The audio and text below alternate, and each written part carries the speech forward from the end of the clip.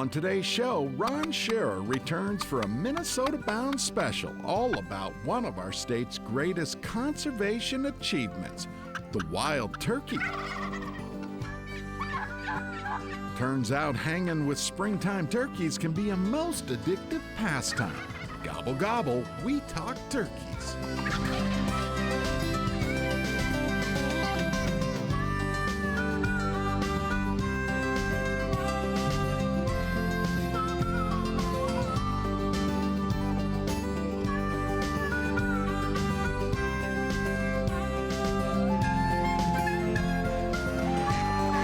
Minnesota Bound, presented by Connecticut Water Treatment Systems.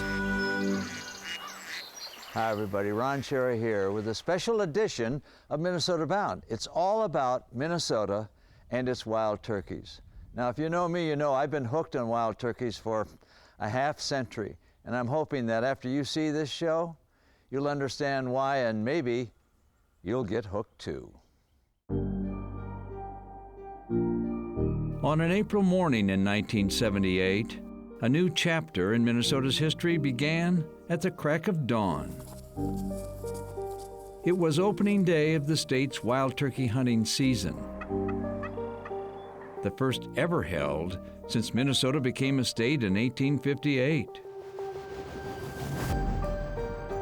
Only 411 Minnesotans were issued permits to hunt in two regions of southeast Minnesota, and only 94 gobblers were bagged. At the time, unbeknown to all Minnesotans, was this: spring turkey hunting can be an unabashed addiction. What's more, this bird, officially the eastern wild turkey subspecies, was destined to be one of Minnesota's greatest conservation achievements. This is the story.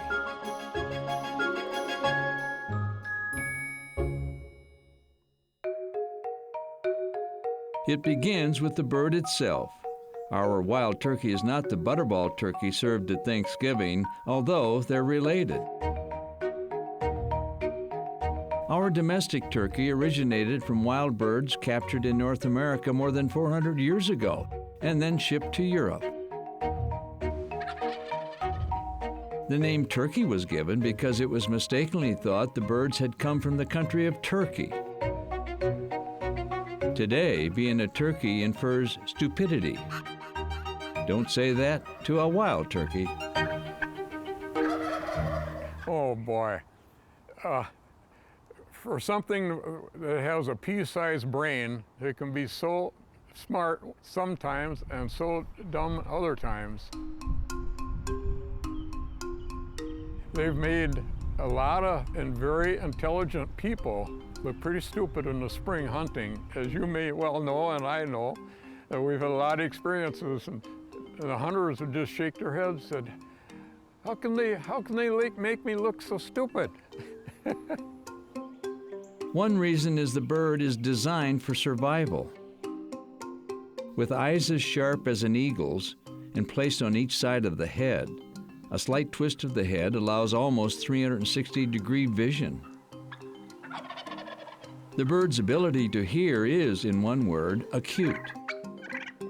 A gobbler needs to hear a hen's call, and the hen has to hear a gobbler's call, sometimes at great distances.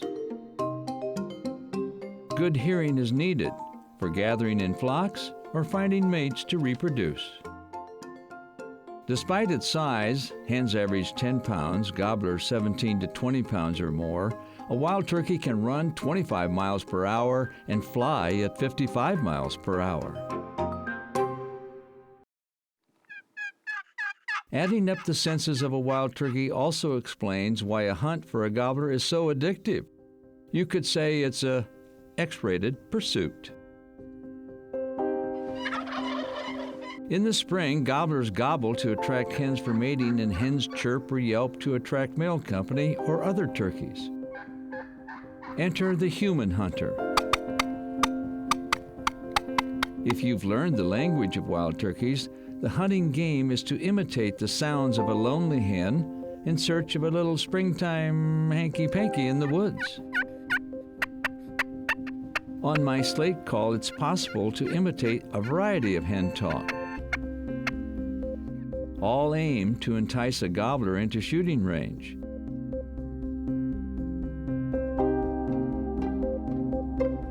If that sounds provocative, the pseudo-turkey conversation doesn't always end in the hunter's favor. According to nature's plan, the hen is supposed to seek the gobbler when he gobbles. If she doesn't appear, he may wander off with his mouth shut. When the gobbler can't resist her call, the moment he appears is a sight to behold.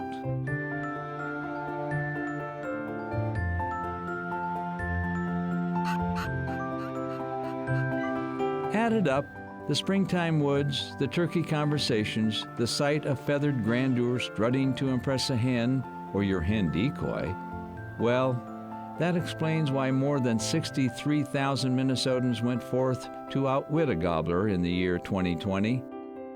Some of us escaped to the woods to avoid a contagious virus. Others sought the gobbler's call and came down with a different contagious bug, turkey hunting.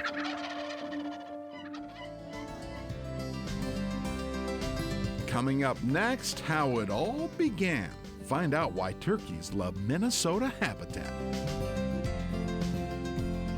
Minnesota Bound is brought to you by Connecticut Water Treatment Systems, Coors Light, Ice Castle Fish House and RV, and by White Bear Lake Superstore.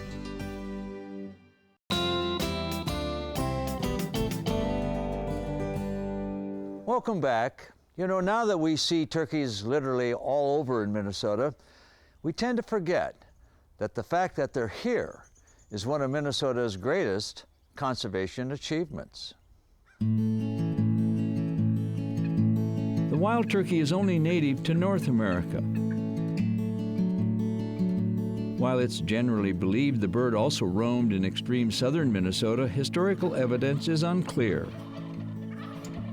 If turkeys were native, we do know the birds disappeared from Minnesota's landscape in the late 1800s. Tim Lyons, DNR Upland research scientist, explains. A combination of forest clearing as well as just overhunting throughout the 1800s sort of led to their extirpation throughout from Minnesota. There were efforts to reintroduce turkeys at various points in the 1920s and the 60s, but none of them were really successful. And it wasn't until 1971 we transplanted some turkeys from Missouri. The deal was Missouri traded one wild turkey for 3 Minnesota ruffed grouse. By 1973, Houston County was stocked with 29 Missouri birds. It's tempting to say the rest is history, but don't tell that to Gary Nelson. We started trapping and releasing birds in winter of 76, 77. We were just hired as general laborers for the winter, and half the birds we trapped, we would relocate to other areas in the state, in the southeast, and the other half we radio marked and released again at the release site in Houston County, and also some in the Whitewater Wildlife area. There was one problem, however. DNR didn't have a turkey budget. Leg band, 3144. And we really had no money at all for rocket netting equipment, for vehicles or gas or anything. In 1977, a small group of Minnesotans formed the state's first chapter of the National Wild Turkey Federation and held fundraising banquets to underwrite the trap and transplant program. I would like to give credit to some of the early state chapter presidents, such as yourself and John, guys like Bob Nibel and John Clark and John Beard, Al Huseman down in Caledonia, Dave Malke from Winona, and the list goes on and on. Gary Nelson and countless others spent countless hours and days hiding near trapping sites, waiting for birds to wander in and fire the trap nets. Nelson figures he moved upwards of 5,000 birds into new habitats. Today, wild turkey flocks are common in parts of northern Minnesota despite cold and snow conditions. We had some research in our office that one of the previous scientists conducted in the 90s showing that as long as they're getting enough food, these birds can survive in temperatures up to -40 degrees Fahrenheit. In the late 70s, we did lose some birds. We had a couple winters back to back that were really hard on the birds. We had a lot of snow, deep powdery snow, and cold weather, and the birds just weren't able to move around much. And they sat on roosts for days on end. And we lost some birds to mainly predation, great horned owls. Right now, our goal is focused on maintaining a healthy population and increasing hunting opportunities.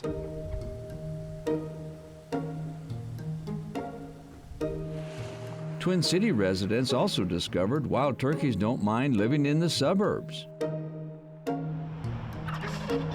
A pleasant surprise to some city folks, but a nuisance to others. Call it the consequences of success.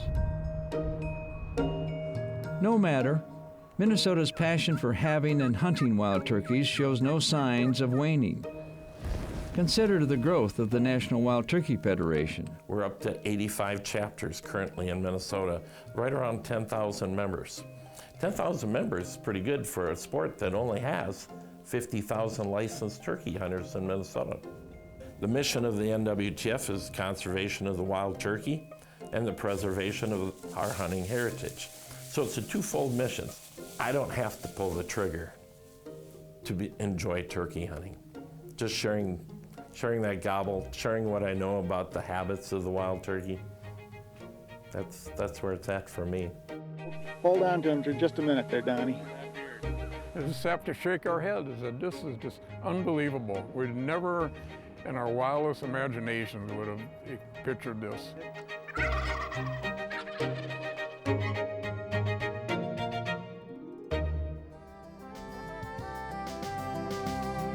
Still ahead, the original Thanksgiving most likely included wild turkey. We'll peek in the oven next. Closed captioning provided by Star Bank.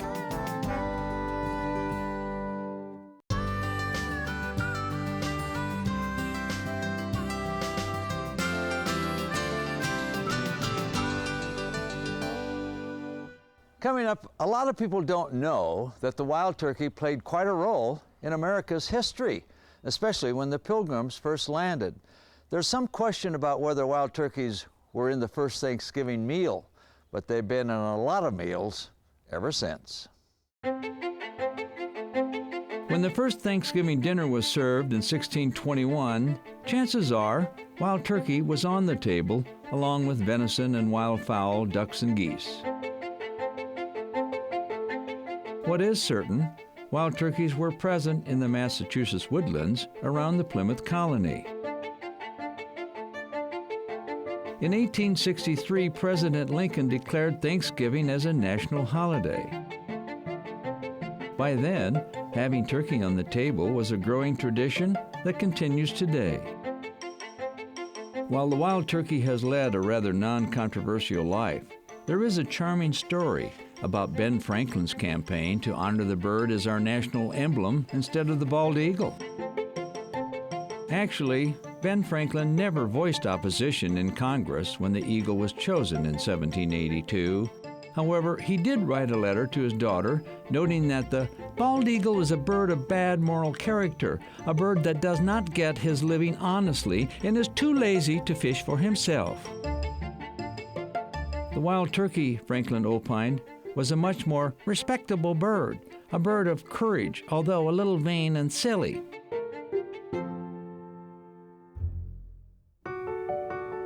Today, a turkey hunter might add a wild turkey is predictably unpredictable, except on the dinner table.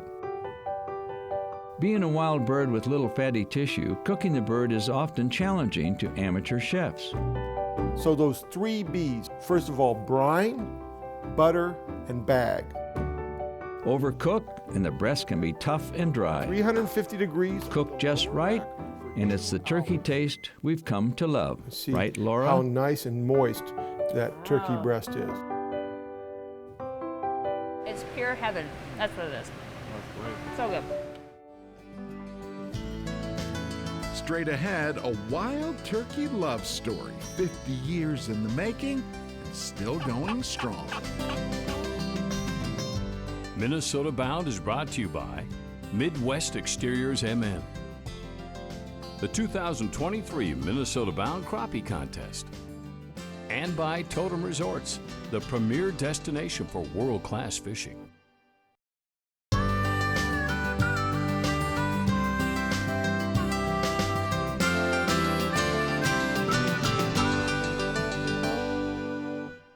You know, I'm fond of saying that chasing the wild turkey, learning how to call them and hunt them, is very addictive. And the reason I know that is because I got addicted.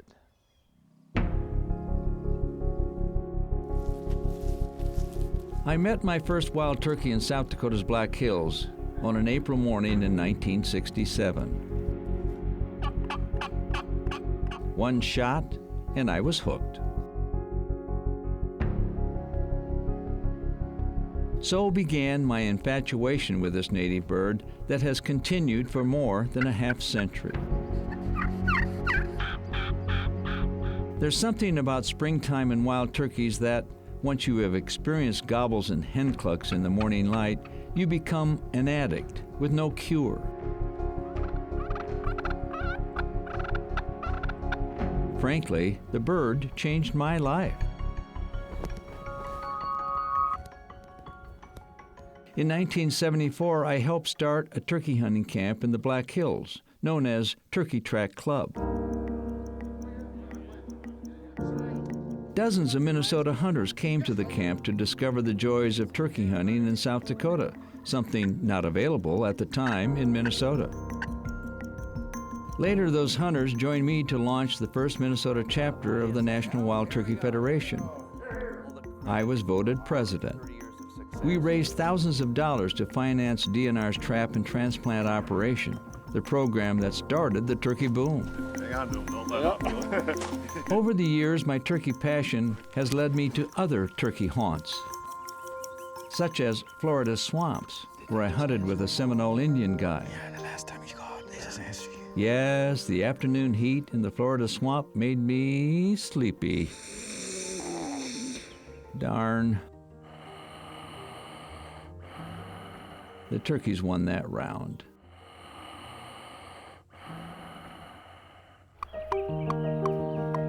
The turkeys in Mississippi also ain't easy.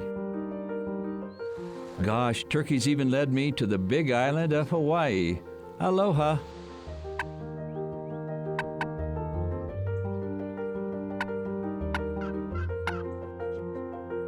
However, the highlight of my turkey hunting adventures revolves around my daughters Simone and Laura and grandson Jake. I will never forget Simone's first bird, and she hasn't either, returning time and again to pursue gobblers. Next up, daughter Laura, who, in the low light of dawn, smacked a nice tom, her first. She too has caught turkey fever and continues the passion. It feels awesome. Wild turkey, honestly, is one of my Lastly, grandson Jake, at age 15, pulled the trigger on his first bird as we sat shoulder to shoulder to witness the moment. Let's go. There was great joy in the woods, and for Grandpa and grandson, a hunting memory forever made. So, thank you, the grandest of all game birds. Thank you for leading me to sunrises in the woods and gobbler songs at dawn. Thank you for the yelps, purrs, and putts, the thrill of talking turkey. Best of all, thank you for creating moments to cherish. I was with Simone's first turkey and your first turkey. Moments worthy of passing on to the next generation of Minnesotans.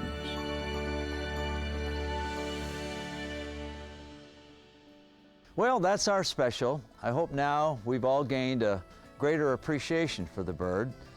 Bill and Laura, your hosts, will be back next week for Minnesota Bound. In the meantime, remember, introduce a kid to the great outdoors, introduce them to the wild turkey. I'm Ron Schara.